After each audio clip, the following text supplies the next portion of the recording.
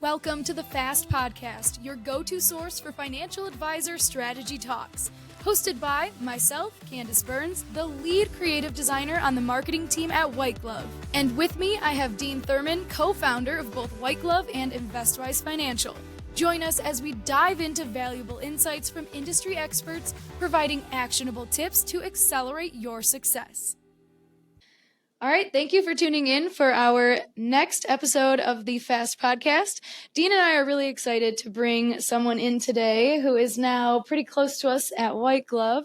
We have Alex Hug here, who is one of the co-founders of Leadjig, who has now merged with White Glove to create this combined company that will only benefit advisors even further than both companies already have. So without further ado, Alex, go ahead and give us a little introduction of yourself. Sure. Thanks, Candace. I'm Alex Hug. I've been the CEO of Acquire Direct and co-founder of Leadjig now for about 12 years. We launched Leadjig in 2016. However, been operating in this seminar and workshop marketing space, serving financial advisors for over a decade now. Yeah, absolutely. I feel like White Glove and Leadjig are very known names in the industry, and that's one thing I want to start this conversation off with, is that I have Dean here, who is the co-founder of White Glove, and then I also have you as co-founder of Leadjig. And we were big competitors. Yes, yeah. 2 years ago, I would have never thought, here I am sitting doing a podcast with Alex Hug. Right. Of Acquire Direct. They were the enemy for so long, but we become fast friends along with our other co-founders from White Glove and from Leadjig and Acquire and all those guys there. And I'll tell you, one of the things that really strikes me the most about this merger is just how aligned the personalities and the vision and the culture are of the two companies. So I'd be interested in. Go ahead, Alex. Yeah, no doubt. I think it's awesome when two businesses that still have a founder-owned, founder mentality come together, just because founders tend to create these specific cultures that are a little bit different than maybe the larger and more corporate type environments. So seeing that the cultures come together, there's no clash at all. And I attribute that primarily to having that founder spirit and the entrepreneurial spirit that it took to not only launch the business, but propagate it to a successful moment where a merger like this makes sense. And you've been in the industry and helping financial advisors grow their practices for more than 15 years, mostly focused on seminars, of course, as White Glove has been since, I think, 2015 or so. When you first started hearing about White Glove and this new company and this new business model, was it an exciting time for you? Was it questionable? What was going through your head?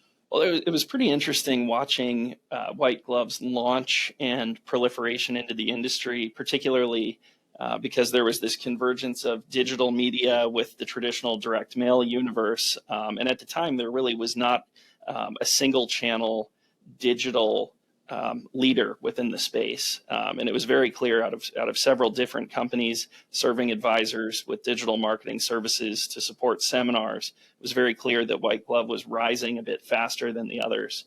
And that was fun to watch, also threatening to incumbents that have been in the industry for several decades. When you consider the heritage of the business originated with direct mail and has since evolved into the use of omni-channel, where you'd use some combination of direct mail and digital to serve advisors and their marketing needs, to have this single channel digital solution that the industry at the time had never really explored. It really turned some heads, and it was fun to watch, and certainly interesting from an espionage standpoint, watching you guys at conferences, wondering how the product is structured, what makes that product so unique and differentiated from the traditional processes that were implemented for decades prior. I love that question. And it actually raises an even bigger question for me.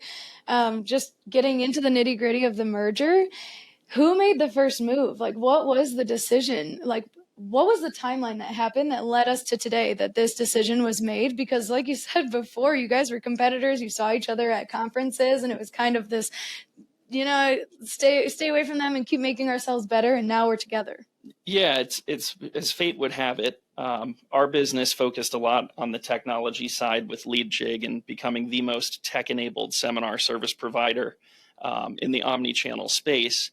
And with our roots and our expertise in this direct mail arena, and then our gradual entry into the digital space, the answer became very clear, where this marriage of tech enablement through the Leadjig platform, usage of data through the Prospectix tool that we've developed internally, and then combining that with the foremost digital seminar marketing business in the country is just like pouring gasoline on this. And so there's a great opportunity to implement that technology across all of the services that we provide advisors from a seminar perspective. So those clients of White Glove now have the benefit of Leadjig and its technology. And then furthermore, the digital prowess from the White Glove side is now making its way into our omni-channel services with Acquire Direct and Leadjig. So it's a win-win, certainly a force multiplier, 1 + 1 = 3 type situation. And the synergies are just fantastic. So we are now combined, not only the foremost digital service provider, we are also the largest omni-channel service provider, and we are also the largest tech-enabled and most tech-enabled service provider. And it's all for the benefit of the advisor. 100% of what we built, and I correct me if I'm wrong, Dean, but 100% of what you built was inspired by serving the needs of what advisors need and conquering the challenges of marketing and client acquisition in growth engines that they can control outside of their sphere of influence and referrals and things of that nature. So it's been a lot of fun, where you've had your category of expertise and we've had ours, and putting them together only benefits the industry that much more.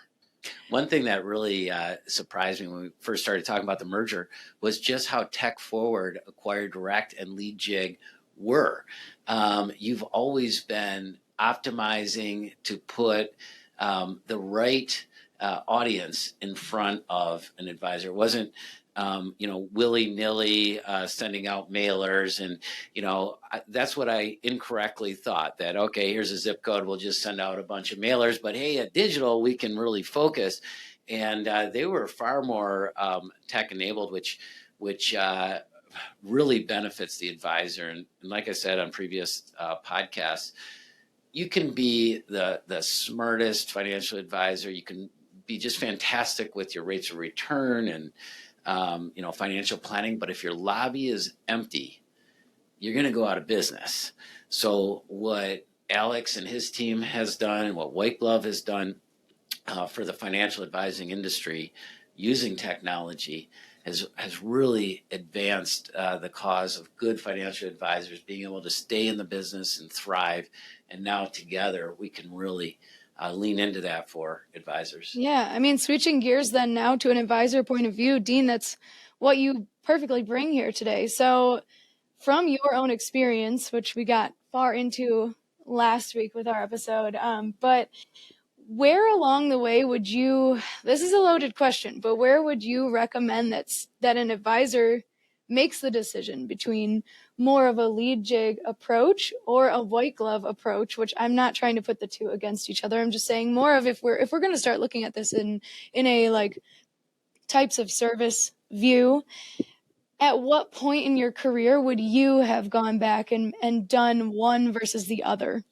You know what? Both work great. I know that kind of sounds like a political answer. My cousin, Mike Thurman, who's my financial planning business partner and also co-founder of White Glove, we were financial advisors, and you have to market one way or another. And it really doesn't matter, as long as you're putting yourself out there one way or another. You need to be in front of an audience. So whatever you're more comfortable with. One misnomer about the two firms was that, hey, Acquire Direct doesn't do digital. Well, they do. Or they don't do educational. Well, they did. Another misnomer about White Glove was, hey, they don't do food seminars. They don't believe in that, or something. That is not true either. 10 to 15% of our events have always been food-based events. So just getting in front of a crowd, whatever the advisor is most comfortable with. Make sure you have a mentor, somebody that can really coach you and lead you on how to present at a seminar, Right, whatever that's the marketing you're biggest part doing. either way. Big time, and the calls to action and the follow-up, which is why we put together Host University, and we can talk more about that at another time. But I don't think that there's a right answer or wrong answer, but you have to market. If you're not in front of prospects, you're going to go out of business. Your company's going to die. Yeah, and you touched on something about, they both work, right? Venue type, whether it's a library event, a dinner event, a community college. And really, at the end of the day, marketing is about meeting your prospect where they are. Meet your prospect based on the stage of life that you're in. For example, you're not going to use social security messaging for individuals that are in their 40s and still in the accumulation stage of life. You're going to identify individuals that are approaching that age to opt into Social Security, right? And that concept of meeting your prospect where they are transcends not only that, but also, venue selection. There are certain households that only want to be educated and informed. Others would say, it better be worth my time. What are you going to do for me, to reciprocate my time commitment to this? And so That's a what really we've interesting way to look at it. Yeah, what we've found is that different households respond entirely differently or don't respond at all. And it's not just messaging, topic, venue, it's all of the above. Mm-hmm. And it's for whatever stage of life they may be in, whatever they require to give their time. So some people are willing to require, if you give me valuable information, I will give you my time. Others would say, you better do something for me if I'm going to have to drag my wife out to dinner or vice versa. And so our whole world in breadth of services is an attempt to meet every household, every U.S. consumer household, where they are at that stage in their life, and whatever requirements they have, we'd like to fulfill so that we can facilitate introductions to these people and financial advisors across the country who offer the greatest service of financial ease, financial confidence. I mean, you've done this for your entire life. I mean, it has to be one of the most rewarding careers, or one of the most rewarding careers, serving the community, educating people, making them feel comfortable that they're going to be okay in retirement, or that they're on the right track saving for retirement. You're speaking Dean's language right Yeah, now. it has to be a fulfilling career. It is an absolutely fulfilling career, and now that I've been doing it for, I guess, 34 years, we could do a whole podcast series on just the lives that are touched, just like our listeners to the podcast. I mean, one of the reasons that they got in the business for sure was to help people make a good living, control your own schedule.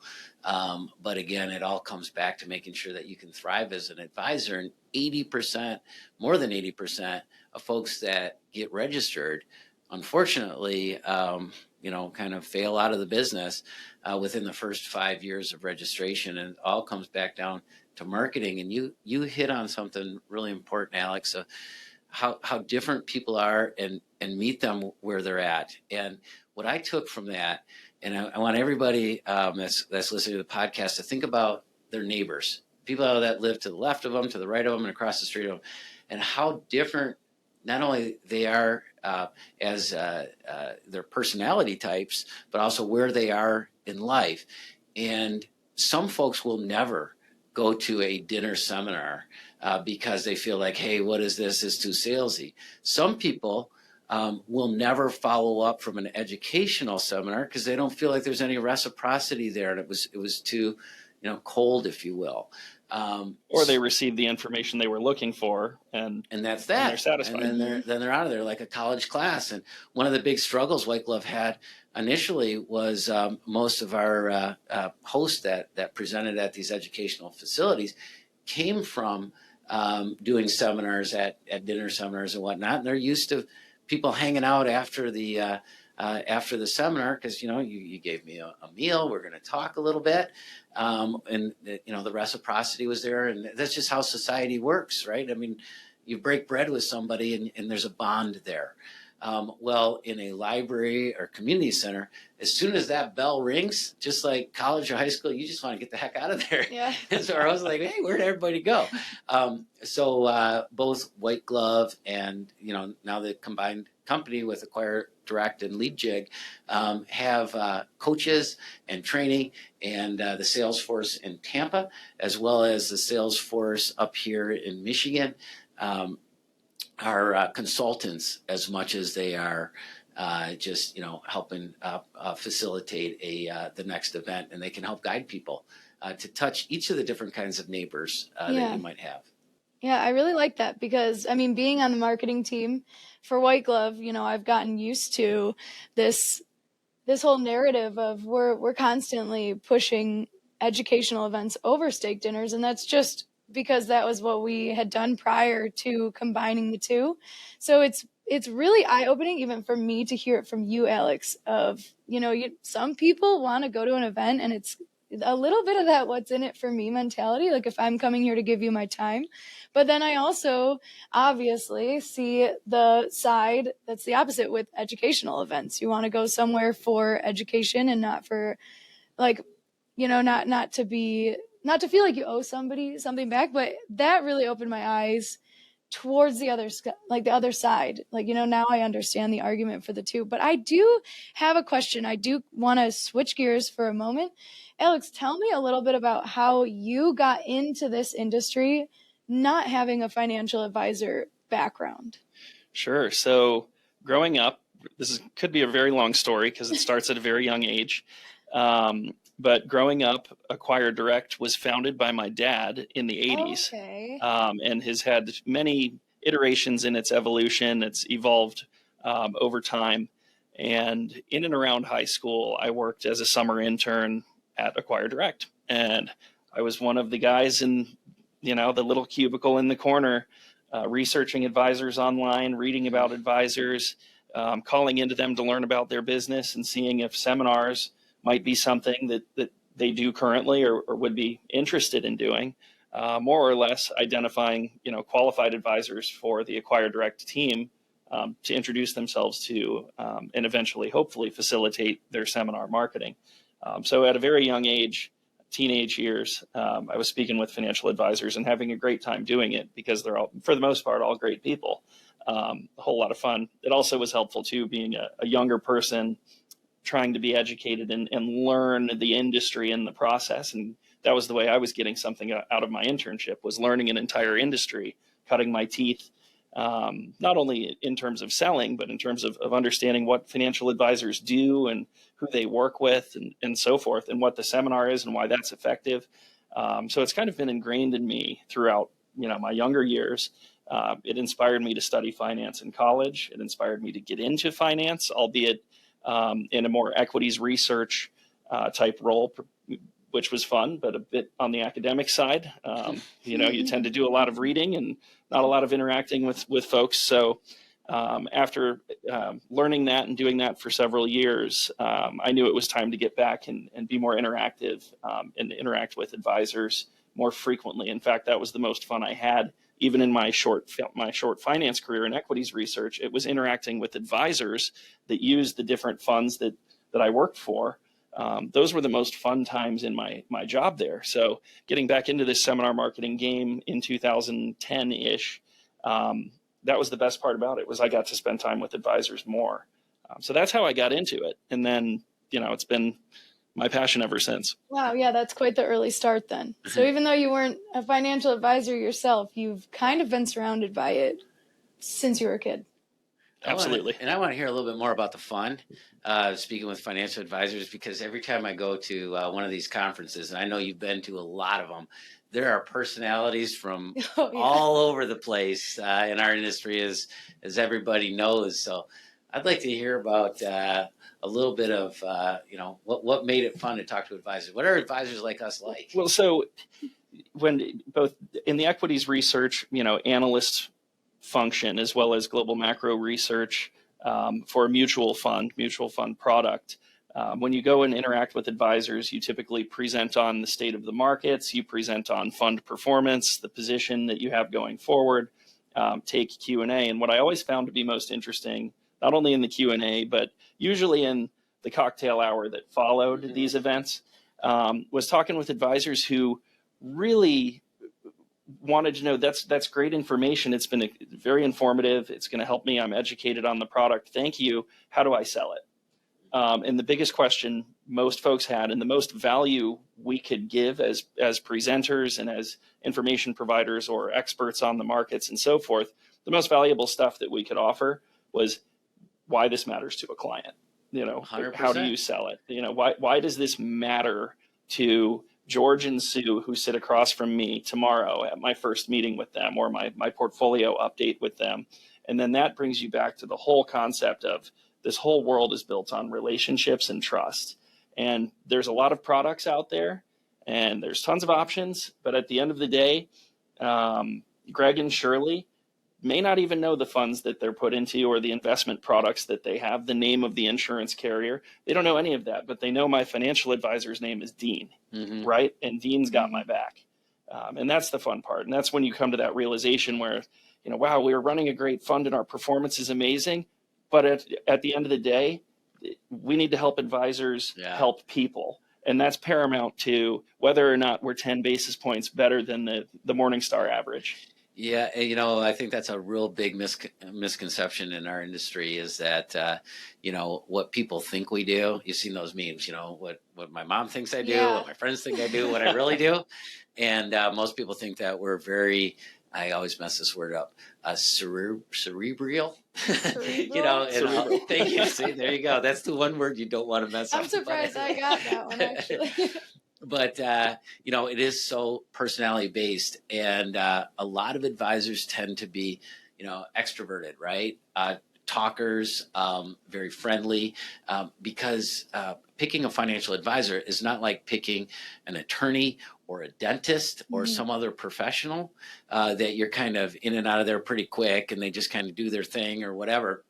It is sitting across from somebody for the next 30 years and really feeling comfortable with that person, obviously trusting that person. And so whether it's 10 basis points this way or 10 basis points that way, or, you know, buy here and sell there and all of that, that's not really what most clients are looking for. They're looking for somebody that they know, that they like, that they can trust.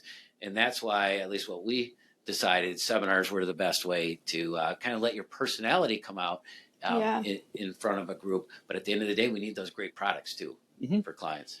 But that's what makes our business so fun, offering services to the financial advisor community, serving them as this third-party expert on marketing, trying to take that off of their plate, and providing that expertise as we're selling into our business. We interact with the best of the best personalities in the country, because those advisors that are thriving, those advisors that are successful, that have the means to continuously conduct marketing and continue growing, tend to be great people. And so our end market as a third-party service provider is just an ideal place to come to work every day and talk to advisors and go to conferences and interact, because there's no better folks out there versus dealing with the likes of dentists or lawyers. Nothing against them, but very different personalities. I think that's something I love about the work I do on our marketing team. And it's something I never even expected coming in. I wasn't in the financial industry before. I actually, before this, was in real estate. And then before then, you know, I've been in sports and whatnot. So I've kind of made quite a few rounds in the marketing industry. But one thing I love about what we offer to financial advisors is that there's no like shady sales. Like, I'm not trying to sell you on something that I don't actually believe in, I guess is the best way I can put it.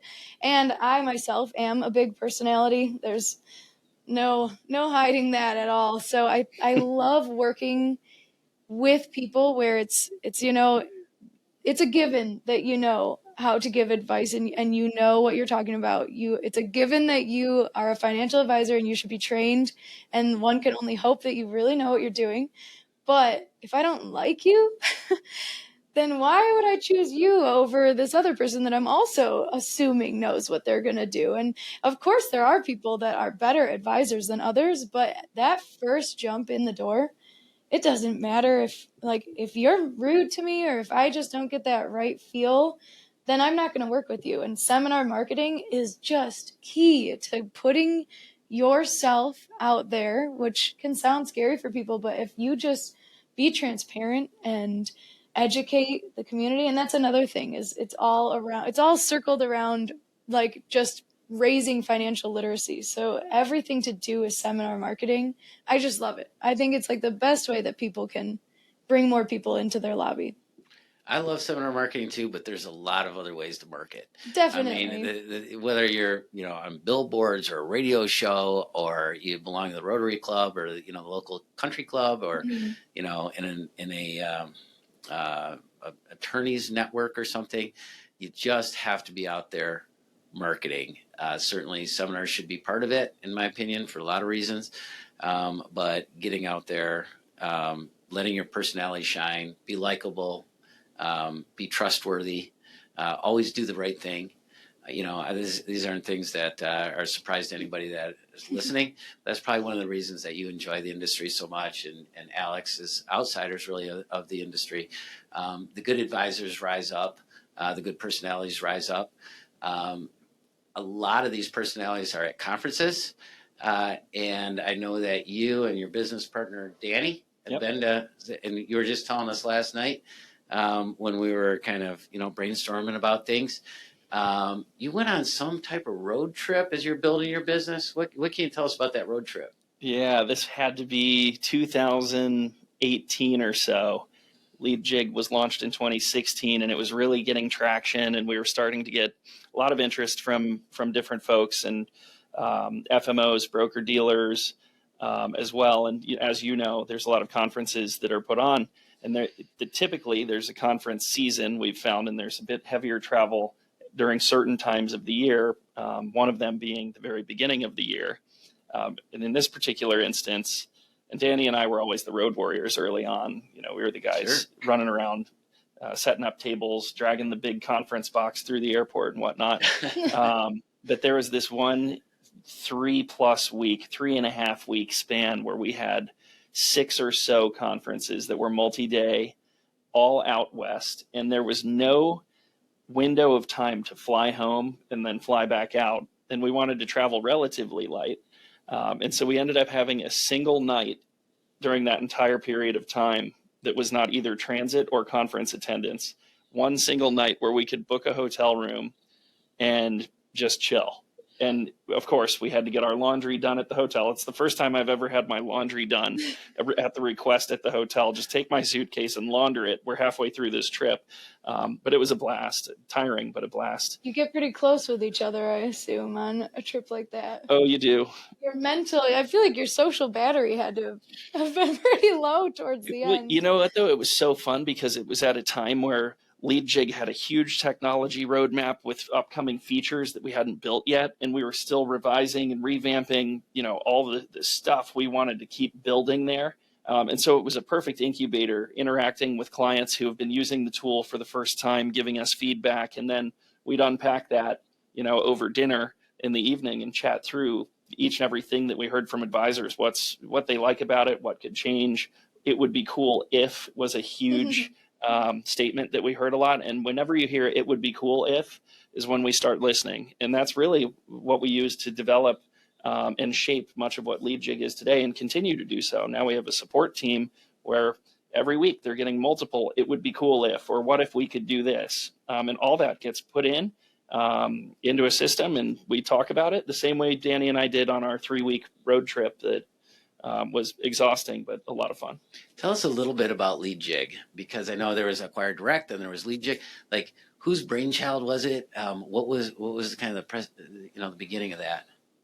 So it is definitely, we'll say it's a team effort. But originally I had hired a development group to come in, and we were talking through solving a single problem that I wanted to improve for our business. And in that same conversation, in this conference room, Danny had joined me at the time.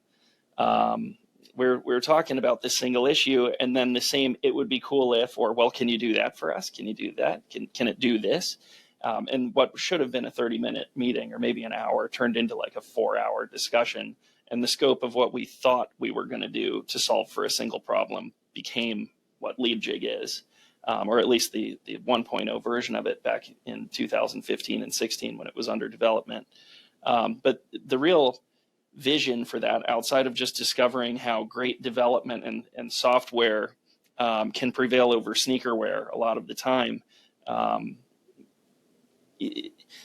that discovery was incredible, and it led to the thesis where we decided, let's identify what enterprises do, large enterprises, Fortune 500s. It was at a time when everyone's talking about big data before AI, but big data was a huge hot word, yada, yada.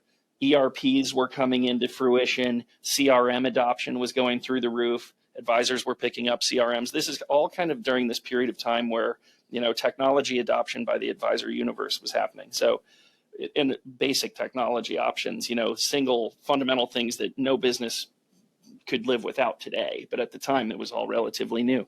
And so we were chit-chatting about how we could take enterprise level solutions, dial it down to almost a plug and play, bespoke industry specific technology. So unlike the likes of a NetSuite or a Salesforce, for example, where you need engineers and an implementation team and it takes several months to get this software working for you and your business, we wanted to build something that was perfectly tailored for the advisor and what their immediate needs were, so we could turn this thing on and it would work without an implementation team or a 6-month rollout.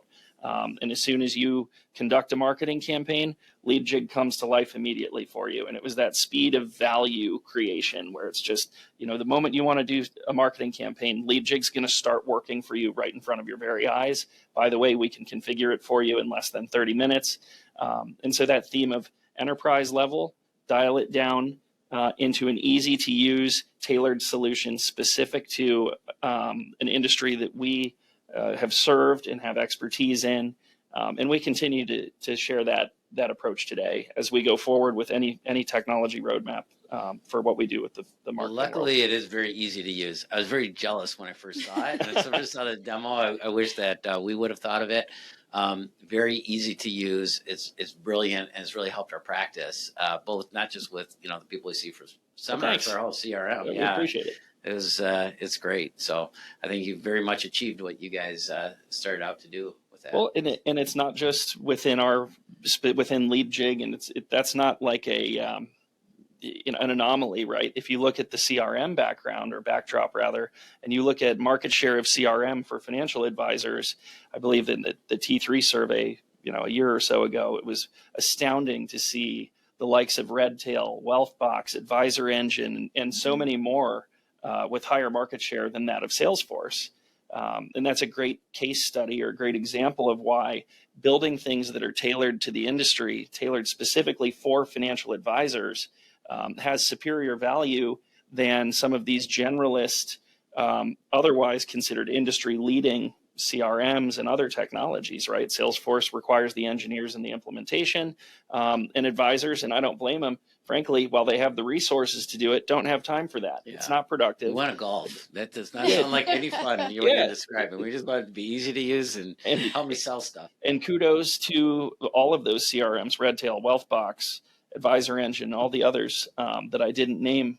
I envy the fact that I didn't think about this or have the epiphany at the time that those businesses, put that together. And now they're great integration partners with Leadjig. So it's been awesome to see, but it's just further evidence that, focused expertise on a vertical, focused expertise on who our customer is, which is the financial advisor, is what enables you to win. For us in our business and for the advisor in their business, right? They're picking the solutions that are best in class for them, specific to their industry and what they need. And those businesses that fail to recognize that will not succeed working in the advisor vertical. So obviously, just hearing that and the kind of the journey from idea to an easy to use solution for advisors, very, very impressive, very, like I said, tech forward. So my question to you, and I know a little bit of this, and don't go further than you feel comfortable, but I think everybody listening to our podcast would like to know, what's next? What do you see? You talk about data. You talk about, you mentioned AI. Obviously, White Glove, we're the first ones to use Facebook and other social media to target the right prospects to attend a seminar. And then, what you just described certainly does not sound like, just a print shop that's sending out mailers. Is far, far beyond that. So we already know those stories. Mm-hmm. In the next few years, what can advisors expect without spilling any, company secrets? More broadly speaking, I think the theme that I find to be most interesting for today's times is the speed that technology adoption is taking place now. What used to be, back in the day, people said that the financial advisor industry tends to be late adopters of technology. I actually think that in this day and age, that couldn't be further from the truth. I mean, you can't open up FA Magazine or some of the other industry rags without seeing this commentary on all this amazing technology that's being put to use immediately, or is growing rapidly, expanding rapidly. The big data world, that was years of trying to crack that nut and how that should work. AI, on the other hand, I mean, there's elementary school and middle schoolers prompt engineering AI right now with ChatGPT. It's just so easy to use. So you're going to see the rate of adoption, how fast that happens into this industry and all industries, accelerate more and more and more. But the theme that I'm most interested in is that rapid adoption of all of those things, automation, text communication, AI, content creation through AI, compliance review and approval through AI. And there's going to be a battle that cuts both ways of the regulatory environment and how they view AI. This is, the likes of FINRA and others, as well as the regulatory environment on consumer privacy and data. So while all this adoption is happening very quickly, I think that the leading technologies are going to be the ones that can navigate in the most compliance-friendly fashion and do so first to become, a champion in the space. And the ones that the advisors will use, I'll speak firsthand, are the ones that are the easiest for us to use. And one thing I've heard from you and Danny is everything that you want to do with your company, and now our company, is to make the user experience for the advisor smooth, easy, best in class. And as a visionary yourself, and very tech-enabled visionary, really look forward to what you guys bring out next and what we bring out together. Yeah, it's going to be a blast. Yeah, together is the huge part there. It's all new.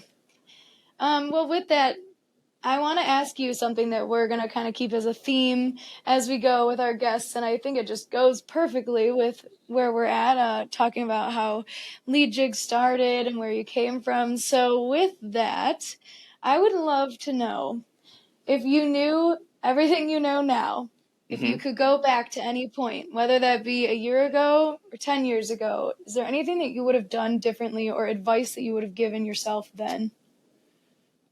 I would have started innovating sooner, and I would have been less fearful of innovating or developing in a direction that didn't work and we needed to pivot, right? Because when you think about it, at least back then, as we were cutting our teeth with building a web application, building software, the big fear was, hey, we're going to build it this way. This is our budget. And if it's wrong, it was a sunk cost. Well, now, the faster we got into learning the development world and assembling the resources around that, we now realize that, this development process can be far more fluid than that without a defined start and end date. So I wish I had learned the ropes sooner, so that we could be delivering interesting technology to the market earlier and be even further ahead on our technology roadmap. You're still among if not the first, you're among the first. It's always be, better to do a little bit quicker.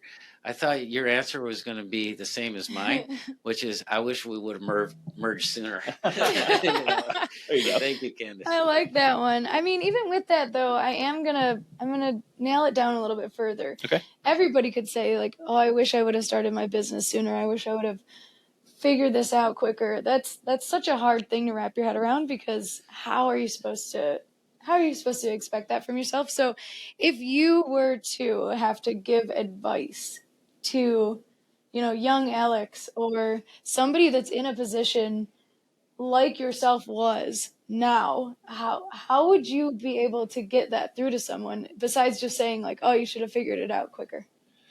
Okay. Well, I would actually then pivot away from the development advice that I would provide. And that would be never underestimate the value of relationships. the lifetime value of relationships. Every single one of those that you build is accretive to your life over time. And so be a relationship builder, a relationship maker, and not for the purposes of networking, but for the purposes of having real relationships with people, not only with your customers, with your employees, with your coworkers, with your competitors, all of the above, because at the end of the day, this whole world is built on relationships, and in particular in our industry, relationships are paramount. And having appreciation for the work that everybody does in their respective roles, whether it be our client base, whether it be our staff that supports our client base, all the above I would just say that emphasize relationships first. I love that. That's basically where, most education comes from. You can't get to the top if you don't have relationships and collaborate with others. So that's really cool. I feel like that was less of a pivot and more of a epiphany on the whole thing. Well, Dean, if you don't have anything last to ask Alex, I think that we've almost hit time here. I have a lot more to ask Alex, but I know that he's about to go into his next meeting. Well, without further ado, I want to say thank you so much. It's been really cool having, I've got Dean here with me all the time, but it's great having two very incredible minds sitting here together, and two minds that are now combining their stories to one just incredible, not end game. I definitely don't see it that way, but I think that this merger is really exciting, and I'm really excited to also be a part of it on the marketing side and watch as everything kind of falls into place. It's been really exciting, and I'm excited for all of our clients and all of Leadjig's clients and all of, Acquire Direct and everybody. So with that, just want to say thank you, Alex, so much for sharing. My pleasure. Thanks for having me. All right. Thank you, Candace. And there's 3 great minds here, by the way, not just 2. Thank you so much. Well, join us again next time on the next episode of the Fast Podcast. Thanks for tuning in to the Fast Podcast. We'd love to hear from you. Have any questions or comments about the show? You can submit them on our website at whiteglove.com/fastpodcast. The views and opinions expressed by our guests do not necessarily reflect those of White Glove or InvestWise Financial. The content is provided for informational and educational purposes only and should not be considered as a substitute for professional investing advice. Once again, thank you for joining us on the Fast Podcast.